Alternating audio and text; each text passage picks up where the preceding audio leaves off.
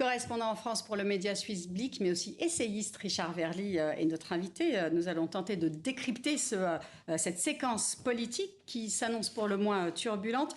Richard, le Premier ministre s'en prend violemment aux partis d'opposition. Et puis, il semble aussi se dédouaner. Est-ce qu'il n'a aucune responsabilité dans cette crise politique à venir ? Il a une responsabilité énorme. Il est Premier ministre. C'était à lui de trouver les moyens d'obtenir la confiance, au moins la confiance dans la préparation d'un budget et ensuite le vote de ce budget. François Bayrou a choisi une autre méthode. Il a demandé la confiance non pas sur un projet de budget, mais sur une approche qui est celle des économies budgétaires de 44 milliards. Autrement dit, il a demandé en quelque sorte, il faut bien dire, une sorte de chèque en blanc à une majorité de députés. La réalité, c'est qu'une majorité de députés n'est pas prête à lui donner ce chèque en blanc sur la base de ce qu'il a proposé. Donc il y a, à mon avis, deux erreurs qui ont été commises par François Bayrou. La première, c'est qu'il aurait dû d'abord négocier, ensuite proposer. Il n'a pas négocié et on sait par exemple que pendant l'été, il n'a pas décroché son téléphone et il n'a pas parlé aux différents interlocuteurs des partis politiques. Et la deuxième erreur, c'est qu'il a dramatisé l'enjeu, sans doute en espérant qu'il y ait un sursaut populaire sur le thème « La France a besoin d'être remise sur les rails budgétaires » pour que les partis politiques dont il parle entendent enfin raison. Ce sursaut populaire n'a pas eu lieu et les partis politiques, eux, ils ont l'œil rivé sur un autre agenda, c'est 2027, l'élection présidentielle. Est-ce qu'on peut parler d'aveuglement ou de coup de poker ?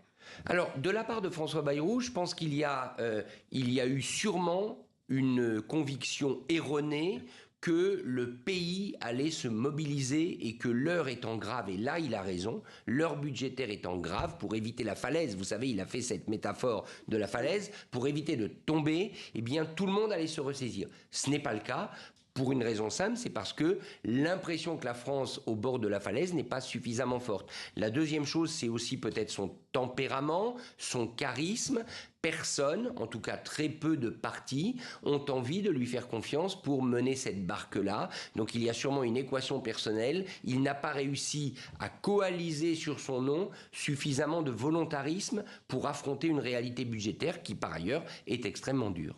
Alors on se souvient qu'Emmanuel Macron a eu énormément de difficultés il y a 9 mois à trouver un Premier ministre. Aujourd'hui, est-ce que c'est plus facile, moins facile? Quelles sont les options?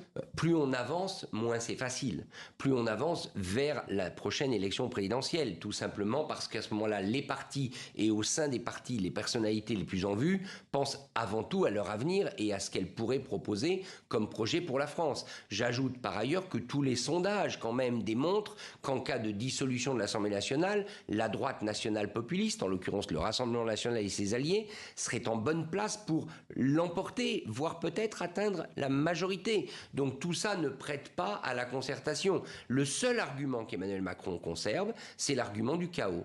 C'est-à-dire que la falaise, elle est là, la France a besoin de faire des économies budgétaires drastiques et que ça, c'est la mission de salut national. Maintenant, il n'a pas été entendu sous Michel Barnier, rappelez-vous, Michel Barnier censuré début décembre, il n'a pas été entendu avec François Bayrou, qui s'apprête, semble-t-il, à devoir quitter son poste et à présenter sa démission. Est-ce qu'il sera entendu la troisième fois Emmanuel Macron? Est-ce qu'il trouvera la personne qui pourra faire comprendre ce message et mobiliser ce qu'on appelle les partis de gouvernement, c'est-à-dire de la droite traditionnelle à la gauche social-démocrate? Il y a un modèle qui existe. Et moi, je suis très surpris que ce modèle n'ait pas été étudié en France dès le début. C'est le modèle allemand, c'est la grande coalition. Est-ce qu'enfin, on va arriver à une grande coalition pour sauver la France? Mais est-ce que c'est possible dans le cas de la France, qui n'a pas beaucoup d'expérience de grandes coalitions comme ça? Alors, il y a deux écueils majeurs, vous avez raison. Il y a deux écueils majeurs. Le premier, c'est la présidentielle. L'Allemagne, ce n'est pas un système présidentiel. Or, ceux qui se mouilleraient, entre guillemets, dans une grande coalition ont peur de perdre des plumes pour la présidentielle 2027, parce qu'ils seront soumis au chantage à la fois de la droite radicale et de la gauche radicale. Ça, c'est la première raison.